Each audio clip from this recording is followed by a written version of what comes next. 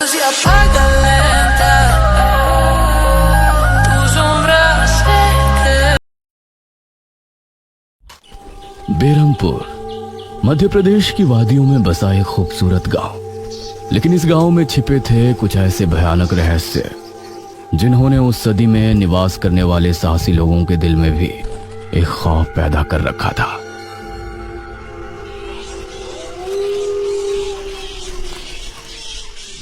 आज तो बहुत दिनों के बाद मित्रों से मिलना हो रहा है, बहुत आनंद आएगा। अरे मदन, कहाँ जा रहा है इस समय? पिताजी, मेरे मित्रों से इतने दिनों बाद मिलना हो रहा है।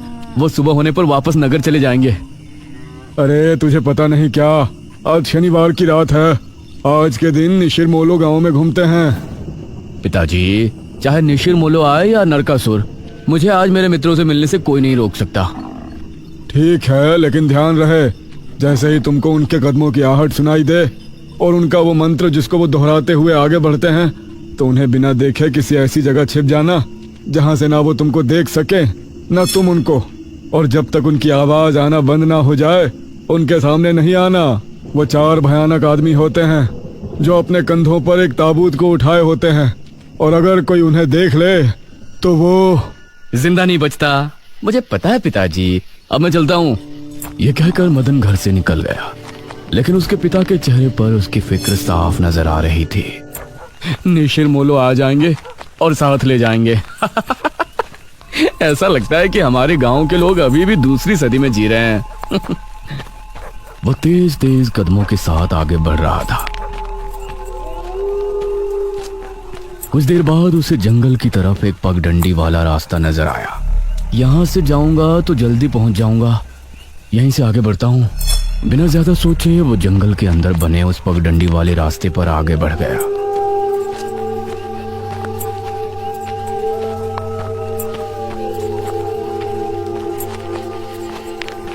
आज तो बहुत मजा आने वाला है, मिलकर खूब मदिरा पान भी करेंगे। तभी उसे भारी कदमों की आहटों के साथ कुछ आवाजें सुनाई देने लगी। इन आहटों और आवाजों को सुनकर वो एकदम से चौंक पड़ा और उसकी आंखें डर से बड़ी हो गईं। हे भगवान! वो जल्दी से झाड़ियों की तरफ भागा और उनमें छिपकर बैठ गया। वो झाड़ियों की ऊंट में बैठा लंबी लंबी सांस ले रहा था। वो आवाजें अब और ज्यादा साफ होने लगी थी। उसे यकीन था कि अब वो लोग उसके करीब ही आ रहे हैं। उसने धीरे धीरे छिपकर अपनी एक आंख से उनको देखा और वो हैरान रह गया।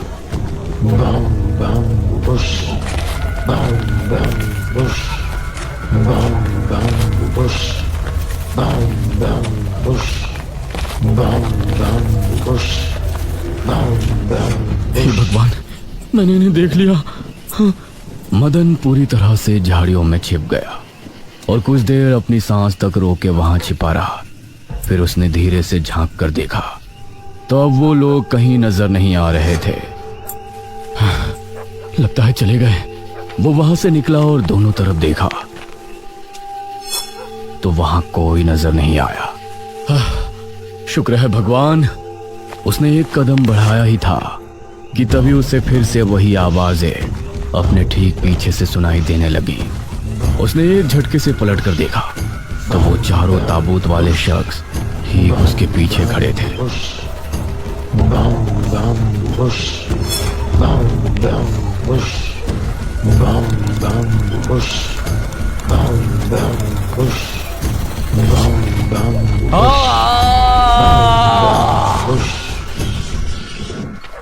इस तरफ जब देर रात भी मदन वापस नहीं लौटा तो उसके पिता को उसकी चिंता होने लगी।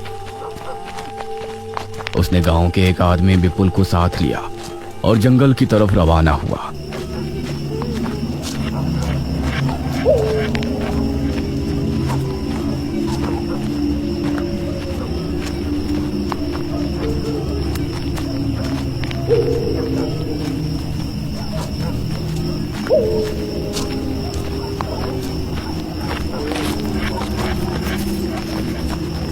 काफी देर बाद एक बरगद के पेड़ के पास जाकर उनके कदम रुक गए और आंखें खौफ से फट पड़ी।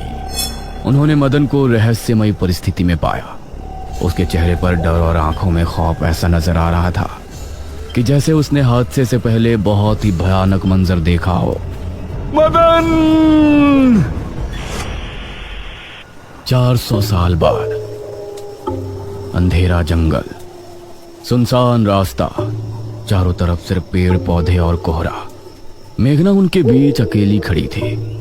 कोई है क्या? यहाँ कोई है? उसने कुछ कदम आगे बढ़ाए। उसके सवाल का कोई जवाब तो उसे नहीं मिला, लेकिन कुछ टपकने की टप टप की आवाज अब उसे बराबर आ रही थी। मैं यहाँ क्या कर रही हूँ? कौन लाया है मुझे यहाँ पर? वो खुद को वहां पाकर बहुत परेशान थी। तभी उसने देखा कि कोई चीज उड़ती हुई उसी की तरफ आ रही है। वो उसे हैरानी से देखने लगी। पास आने पर पता चला कि वो कोई विशालकाय भयानक पक्षी था। बचाओ! मेघना उससे बुरी तरह से डरकर भागने लगी और वो उसका पीछा कर रहा था। मेघना ने उसे पीछे पलटकर देखा तो वो उसको पकड़ने ही वाला था, लेकिन तभी मेघना एक पेड़ से टकराई। उसने देखा कि उस पेड़ से हरे रंग का पानी टपक कर नीचे गिर रहा था। मेघना उस हरे पानी को गौर से देख रही थी। तभी अरे ओ मेघना, उठ जा यार, कब तक सोएगी? मेघना आंखें मलते हुए नींद से जागी। उसने देखा कि सुबह के 9 बज चुके थे। ओह शिट, हम तो लेट हो गए। तूने मुझे उठाया क्यों नहीं? मेघना अपनी एक पार्टनर इशिता के साथ दिल्ली में रह रही थी, जहां वो एक लैब में काम किया करती थी। दोनों ने साथ नाश्ता किया और फिर तैयार होकर अपनी लैब के लिए निकल गई।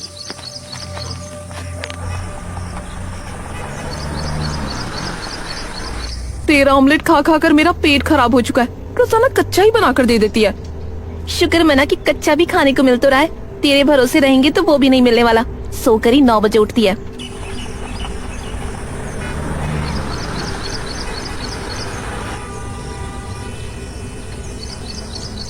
ये दोनों लैब में पहुंची और वहां जाते ही इशिता के पास प्रोफेसर जयदेव की कॉल आई।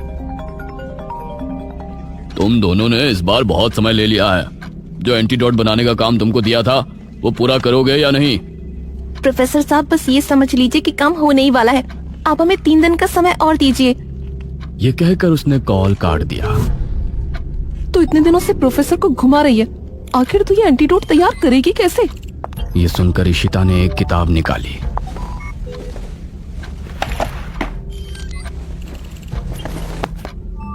यार देख ये किताब, इसमें बहुत से ऐसे लिक्विड के बारे में लिखा है जिनकी कहानी पुरानी दंत कथाओं और लोक कथाओं से जुड़ी है।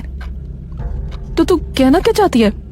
मुझे इस किताब में बहुत ही अनोखे लिक्विड के बारे में पता चला है, जिसे मृत्युंजय अमृत कहते हैं। हम उस लिक्विड का टेस्ट करेंगे और अगर वो हमारे काम का निकला तो उसे यूज भी कर सकते हैं। मृत्युंजय अमृत? देख, मैं तेरे साथ कहीं नहीं जाने वाली हूँ। ये सब बातें बकवास होती हैं। अरे देख तो सही, इस पेड़ से हर पूर्णमासी की रात ये हरा लिक्विड टपकता है। तभी मेघना ने देखा कि उस पन्ने पर किसी मृत्युंजय अमृत के बारे में लिखा था और उसमें ठीक वही पेड़ दिखाया गया था जो मेघना रोजाना अपने सपने में देखा करती थी। मतलब उस हरे पानी की बात ही इस किताब में लिखी थी। हे भगवान, क्यों हिला डाला ना? है ना इंटरेस्टिंग? मेघना ने कुछ सोचा और फिर जवाब दिया, हाँ तो हम दोनों कल ही बेरमपुर गांव के लिए निकलते हैं।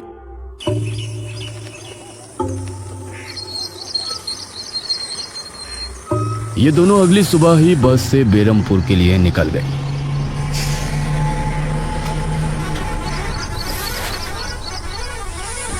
वैसे एक बात बता, तू मेरे साथ वहां जाने के लिए एक ही बार में कैसे राजी हो गई? मेघना ने सच को छिपाते हुए कहा, ऐसी अनोखी चीज देखने के बाद भला कौन नहीं होगा जो इसको देखना नहीं चाहेगा? ओहो, ये हुई ना बात। मैंने तुझे पार्टनर बनाकर कोई गलती नहीं की।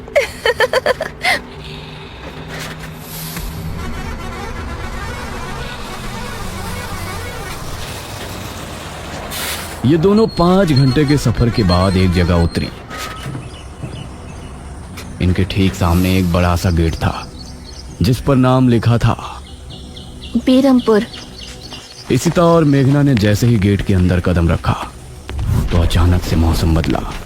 सूरज मानो बादलों के पीछे छिप गया और एक हवा अपने साथ आंधी ले आई। अरे वाह, गांव का मौसम तो बहुत ठंडा है। इधर गांव के लोग भी अचानक बदलते मौसम को देखकर हैरान रह गए। अरे ये क्या, अभी तक तो काफी गर्मी थी, ये अचानक आंधी कहां से आ गई? मुखिया जी, लगता है बारिश भी जरूर आएगी। इधर मेघना और इशिता दोनों ही गांव की तरफ बढ़ रही थी। यार, ये गांव के लोग ठीक तो होंगे ना? गांव के लोग तो ठीक ही होते हैं, अजीब तो हम शहर वाले होते हैं। ये बात तो तूने बिल्कुल पते की कही। इशिता और मेघना दोनों गांव के चौक पर पहुंची। वहां एक कुआं भी था और वहीं मुखिया भी 2 आदमियों के साथ खड़ा था। अरे बच्चियों, तुम दोनों कौन हो? अब नमस्ते जी, मेरा नाम इशिता है और ये है मेरी दोस्त मेघना। अच्छा बेटा, वैसे हमारे गांव में किस वजह से आना हुआ? वो असल में वो अंकल, हम लोगों को अपनी स्टडी के लिए 5 गांवों के बारे में लिखना है, इसलिए हम लोग यहाँ आए हैं। इसके बाद और 4 गांवों में जाएंगे। ओह अच्छा, फिर तो ठीक है बच्चों, हम तुम्हारी जितनी हो सके उतनी मदद करेंगे। जी अंकल, क्या हमें यहाँ कुछ दिन के लिए रहने के लिए कोई घर मिलेगा किराए पर? अरे बच्चों, तुमको किराए की घर की क्या जरूरत है? तुम दोनों जब तक चाहो मेरे ही घर में रह सकती हो। ठकुराइन वैसे भी लड़कियों से बहुत प्यार करती है। जी शुक्रिया अंकल।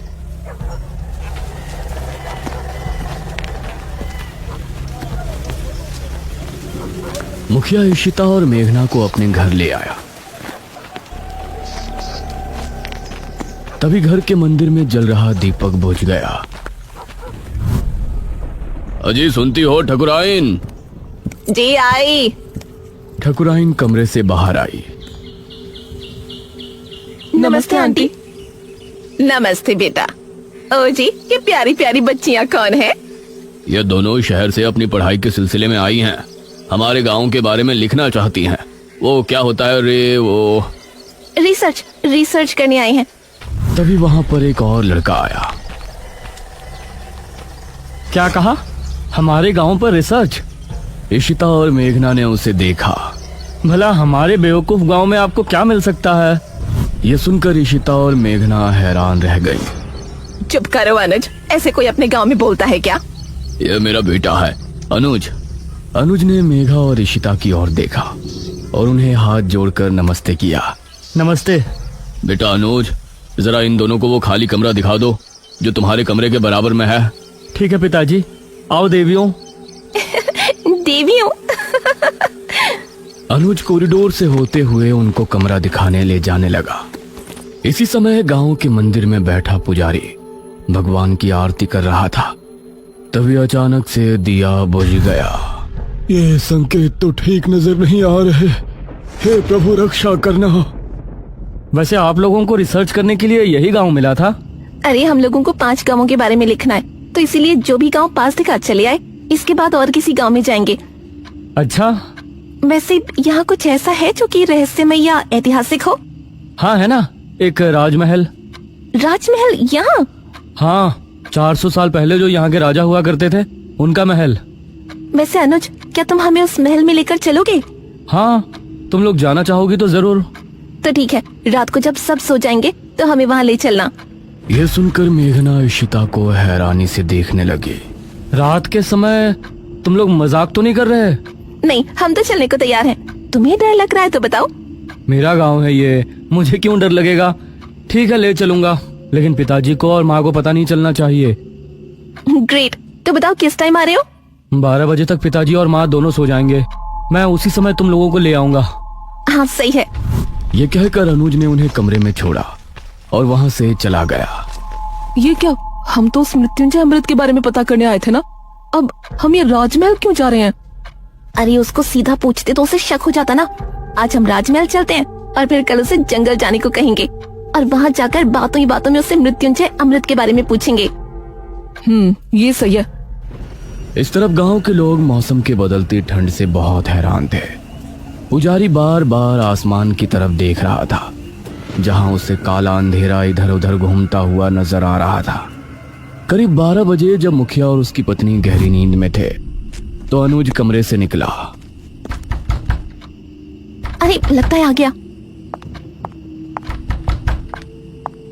इशिता ने उठकर दरवाजा खोला। हाय अनुज। तुम लोग तैयार हो? हाँ चलो, हम तो रेडी हैं। तो चलो। अनुज इनको लेकर घर से निकला और इन्होंने 2 गलियां पार कर ली थी। उफ, तुम्हारे गांव में हवा इतनी ज्यादा चलती है क्या? रोज तो नहीं चलती, लेकिन शहर की 2 लड़कियों के साथ लगता है उनके शहर का प्रदूषण भी आंधी के रूप में साथ आ गया। कुछ देर चलने के बाद ये तीनों एक बड़े से राजमहल के सामने खड़े थे, जिसे देखकर मेघना को कुछ याद आने लगा। ऐसा लगता है कि इस राजमहल को मैंने पहले कहीं देखा है। ये है राजमहल राजा सूरजभान का। वाकई में काफी आलीशान है। यह कहते हुए इशिता ने अपने कैमरे में उसकी एक फोटो ली। हमें खिड़की से अंदर जाना पड़ेगा, इसका दरवाजा सालों से जाम है। ये तीनों एक खिड़की के रास्ते राजमहल में पहुंचे और वहां की हर एक चीज मेघना को जानी पहचानी लग रही थी। इस तरफ गांव में आंधी का बहाव बढ़ने लगा था। सभी अपने अपने घरों में आराम से सो रहे थे।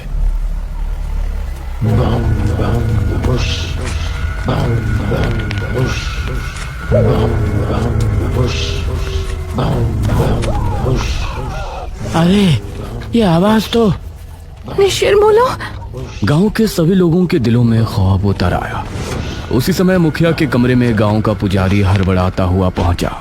मुखिया जी उठिए। मुखिया चौंकता हुआ नींद से जागा। क्या हुआ पुजारी जी, इतनी रात में आप? गांव में निशीर मोलो की आवाज गूंज रही है, सब बहुत डरे हुए हैं। पुजारी जी, ये कैसे हो सकता है? निशीर मोलो यहाँ कैसे आ सकते हैं? वो तो कई सालों पहले सो गए थे। जरूर कुछ ऐसा हुआ है जिससे वो जाग उठे थे। हमारा मन बहुत विचलित हो रहा है।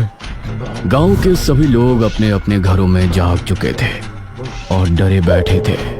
यह आवाज सभी के दिलों में खौफ पैदा कर रही थी। मेघना, इशिता और अनुज तीनों इस बात से बेखबर राजमहल में घूम रहे थे। ये कैसी आवाज है? हाँ, मैंने भी सुनी। ऐसा लग रहा था कि कोई सिपाही भारी जूतों के साथ गलियारे में चहलकदमी कर रहा है, लेकिन दूर दूर तक कोई नजर नहीं आ रहा था। उसी समय गांव के 2 आदमी संपत और कप्ता जंगल की सरहद पर बैठे हुए जुआ खेल रहे थे। अरे संपत यार, चल घर चलते हैं, अब बहुत समय हो गया। ओहो, अब तू हार रहा है तो घर चलते हैं। अरे चुपचाप पूरी बाजी खेल, इससे पहले तो मैं तुझे जाने नहीं दूंगा। हाँ। यह सुनकर कप्ता फिर से उसके साथ पत्ते बांटने लगा। उन दोनों को यह आवाज सुनाई दी। तेज आंधी की हवाओं में उनकी आंखें बहुत मुश्किल से खुल रही थी। उन दोनों ने देखा कि सामने से 4 आदमी अपने कंधों पर एक ताबूत उठाए मंत्र पढ़ते हुए चले आ रहे हैं। संपत और कप्ता इससे पहले कुछ करते, वो चारों आकर उनके सामने रुक गए। हवा का रुख थोड़ा कम हुआ। वो चारों अपनी लाल चमकती आंखों से संपत और कप्ता को घूर रहे थे। इधर इशिता, मेघना और अनुज को एक दरवाजा खुलने की तेज आवाज सुनाई दी और वो चौंक पड़े। न जाने उस दरवाजे से कौन निकला, जिसको देखकर ये तीनों चौंक पड़े। वहीं संपत और कप्ता के सामने खड़े वो चारों शख्स जो कि निशीर मोलो थे, उनके कंधों पर रखा ताबूत खुल गया और उसके खुलते ही संपत और कप्ता की चीख पूरे गांव के लोगों ने सुनी, जिसे सुनकर सभी गांव के लोग डर गए। ये किसकी चीख थी जी? निशीर मोलो, ये चीख किसी अनहोनी की संकेत थी। निशीर मोलो आखिर कौन है? क्या है मृत्युंजय अमृत? और क्या संबंध है मेघना का इन सब से? इन सभी सवालों के जवाब जानने के लिए हमारे साथ जुड़े रहिए इस कहानी के अगले भाग में भी।